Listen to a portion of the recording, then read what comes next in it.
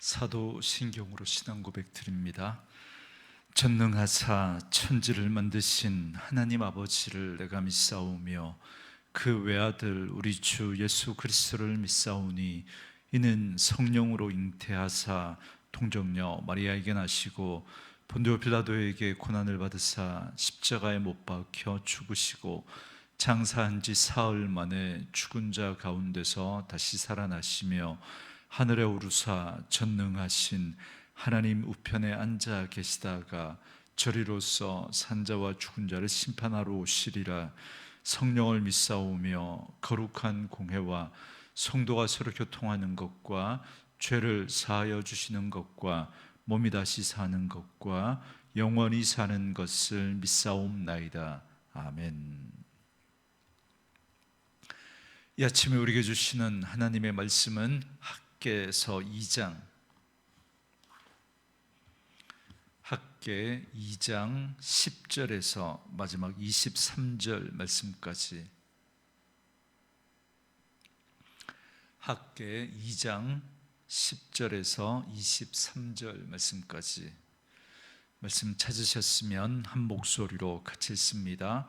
다리오 왕 제2년 아홉째 달 24일에 여호와의 말씀이 선지자 학개에게 임하니라. 이르시되 만군의 여호와가 말하노니 너는 제사장에게 율법에 대하여 물어 이르기를 사람이 옷자락에 거룩한 고기를 쌌는데 그 옷자락이 만일 떡에나 국에나 포도주에나 기름에나 다른 음식물에 닿았으면 그것이 성물이 되겠느냐 하라. 학개가 물음에 제사장들이 대답하여 이르되 아니니라 하는지라.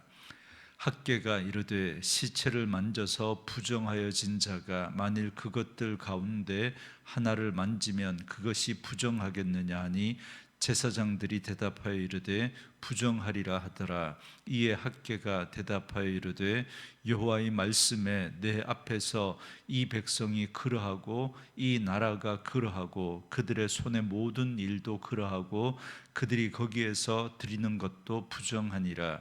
이제 원하건대 너희는 오늘부터 이전 곧 여호와의 전에 돌이 돌 위에 놓이지 아니하였던 때를 기억하라.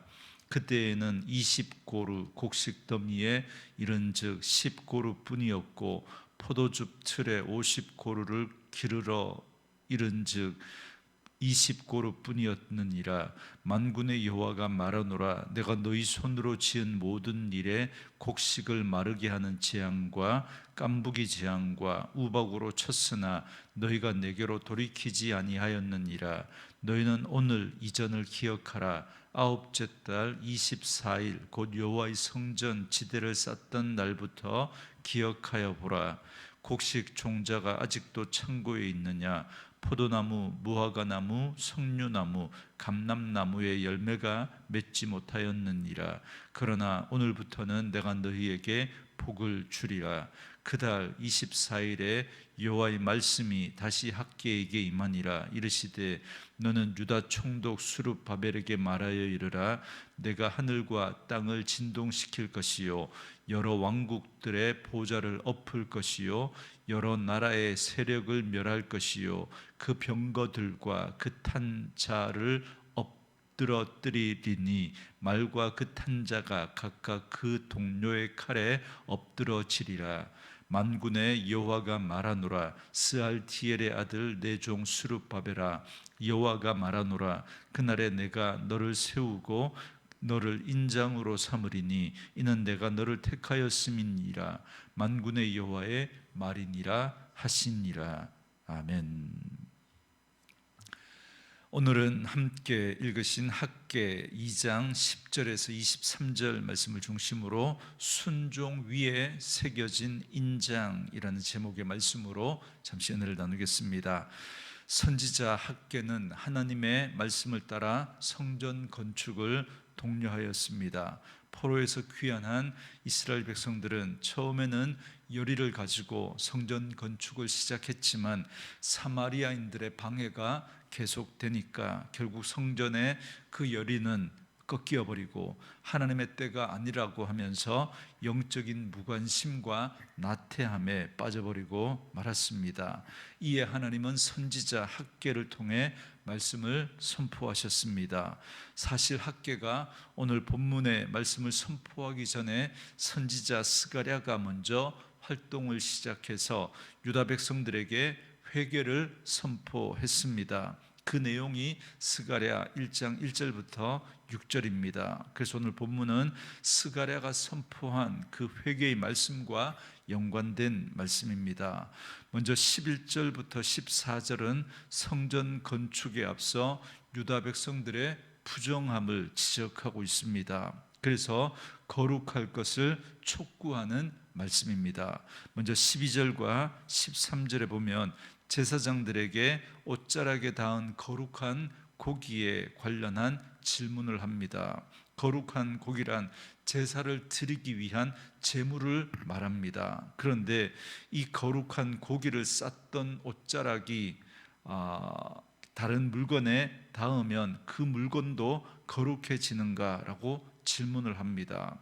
이에 제사장들은 그렇지 않다라고 대답합니다. 정결하고 거룩한 물건이 다른 물건에 닿았다고 해서 그것이 거룩하지는 못하다라는 것입니다. 그러나 13절 말씀처럼 만약에 시체를 만져서 부정해진 자가 어떤 물건을 만지면 그 물건은 부정하게 됩니다. 그러니까 정결하고 깨끗한 것은 전염이 안 되는데 부정하고 더러운 것은 전염이 된다라는 것입니다. 여러분, 이 말은 죄가 얼마나 무섭고 그 영향력이 얼마나 파괴적인지를 잘 보여주는 말씀입니다. 여러분, 우리는 죄를 가지고 태어났기 때문에, 우리 안에 죄성이 있기 때문에, 여러분, 죄는 금방 죄와 우리가 접촉하게 되면, 죄를 가까이 하게 되면 금방 그 모습으로 돌아가 버립니다. 마치 여러분 바닷물에 그 소금을 만들기 위해서 얼마나 오랜 시간이 필요합니까? 그렇게 만들어진 소금이 바닷가에 갖다 놓으면 파도가 한번 치면 그냥 쑥쑥 다 녹아서 다시 그 바다로 돌아가 버립니다. 죄를 가지고 있기 때문에 우리가 죄를 가까이 하면 금방 그 모습으로 우리는 돌아가 버리는 거죠. 그러나 여러분, 거룩한 것, 의로운 것, 선한 것, 착한 것, 그건 아무리 여러분 가까이 해도 쉽게 그렇게 우리가 그 모습이 되어지지 않습니다. 거기에는 정말 오랜 훈련과 시간이 필요한 모습을 보게 됩니다. 그만큼 죄가 강력하고 무서운 겁니다. 우리는 죄성을 가지고 있기 때문에 그런 것이죠. 그렇기 때문에 이 죄에 대한 강력한 경각심을 가질 것을 말씀하시는 것입니다. 하나님 앞에 거룩한 삶을 살기 위해서 가장 중요한 것은 죄에 대한 이런 경각심을 가지고 사는 것입니다. 죄에 대한 문제는 다른 사람과의 관계의 문제나 어떤 사회적인 문제이기 전에 먼저 하나님과의 문제다라는 사실을 기억해야 합니다. 그래서 학개는 이렇게 선포합니다. 14절에 이에 학개가 대답하여 이르되 여호와의 말씀에 내 앞에서 이 백성이 그러하고 이 나라가 그러하고 그들의 손의 모든 일도 그러하고 그들이 거기에서 드리는 것도 부정하니라 그럽니다. 이스라엘 백성들의 죄에 대한 경각심을 가지고 하나님 앞에 믿음으로 거룩한 삶을 살아가야 하는데 그렇게 하지 못했다는 것입니다. 이는 단순히 성전을 지었느냐 안 지었느냐의 문제가 아닙니다. 그들은 세상 속에서 거룩한 삶을 살아야 할 하나님의 백성인데 그렇게 거룩한 삶을 살지 못했습니다. 그들의 손의 모든 일은 바로 세상 속에서 그들이 살아가는 일상의 삶을 말합니다. 그렇게 세상에서 부정하게 살았기 때문에 이제 종교적인 영역에서 그들이 거기서 드리는 것도 부정하게 된다라는 것입니다. 그래서 하나님과의 관계가 올바로 성립되지 않고 하나님을 우리의 삶의 우선순위에 두지 않고 삶을 살아갔기 때문에 하나님이 그들을 축복하지 않았다라는 것을 말씀합니다. 그렇기 때문에 그들이 그 죄 가운데 그렇게 살아가면서 그들이 그 삶으로, 그 손으로 드리는 그 제사가 하나님 앞에 드려질 수 없고, 그들의 그 모든 삶이 그렇게 살아가는 그 삶이기 때문에 하나님은 그들의 삶을 인정하실 수가 없었다라는 것입니다. 15절과 16절에 보면 하나님의 전을 건축하지 않았을 때의 이스라엘 백성들의 삶이 어땠습니까? 16절에 보면 그때에는 20개의 곡식 더미를 탈곡하면 10개의 분량밖에 되지 않았다 그럽니다. 50개의 그릇의 분량을 포도즙 틀에 넣으면 20개의 그릇 정도의 양밖에 거두지 못했다는 겁니다. 한마디로 말하면 열심히 일하고 열심히 노력을 해도 절반밖에 건지지 못했다는 겁니다. 그 이유가 뭡니까? 17절에 보면 그 이유는 바로 하나님이 그들에게 재앙을 내리셨기 때문이다 말씀합니다. 하나님께서 그들이 지은 모든 곡식이 마르게 하시고 재앙과 깐부기와 우박을 내리게 하셨기 때문이라는 겁니다. 그렇다면 왜 하나님은 하나님의 백성들인 이스라엘 백성들이 하는 일에 재앙을 내리셔서 모든 일이 잘 되지 않게 하셨을까요? 그것은 앞서 14절 말씀처럼 그들이 하나님 우선의 삶을 살지 않고 하나님과의 관계가 회복되어지지 않았기 때문입니다. 그러나 이스라엘 백성들이 하나님의 말씀에 순종하기로 결심하면 하나님은 그들을 회복시켜 주시겠다 약속합니다. 그래서 19절에 곡식 종자가 아직도 창고에 있느냐? 포도나무, 무화과나무, 석류나무, 감람나무에 열매가 맺지 못하였느니라. 그러나 오늘부터 내가 너희에게 복을 주리라 그럽니다.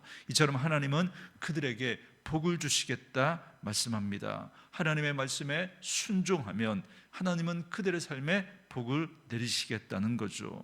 그렇다면 이렇게 복을 주시겠다고 말씀하시는 이유가 뭡니까? 하나님은 하나님의 백성들과의 그 관계를 회복하고 싶으셨던 겁니다. 단순히 내 말에 순종하면 복을 받고 그렇지 못하면 재앙을 받는다.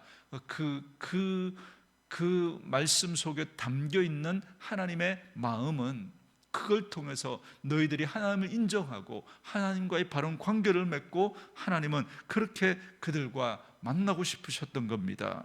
18절에 너희는 오늘 이전을 기억하라. 아홉째 달 24일 곧 여호와의 성전 지대를 쌓던 날부터 기억하여 보라 그럽니다. 이스라엘 백성들은 하나님의 성전을 기억하고 성전을 다시 재건하기로 결심했습니다.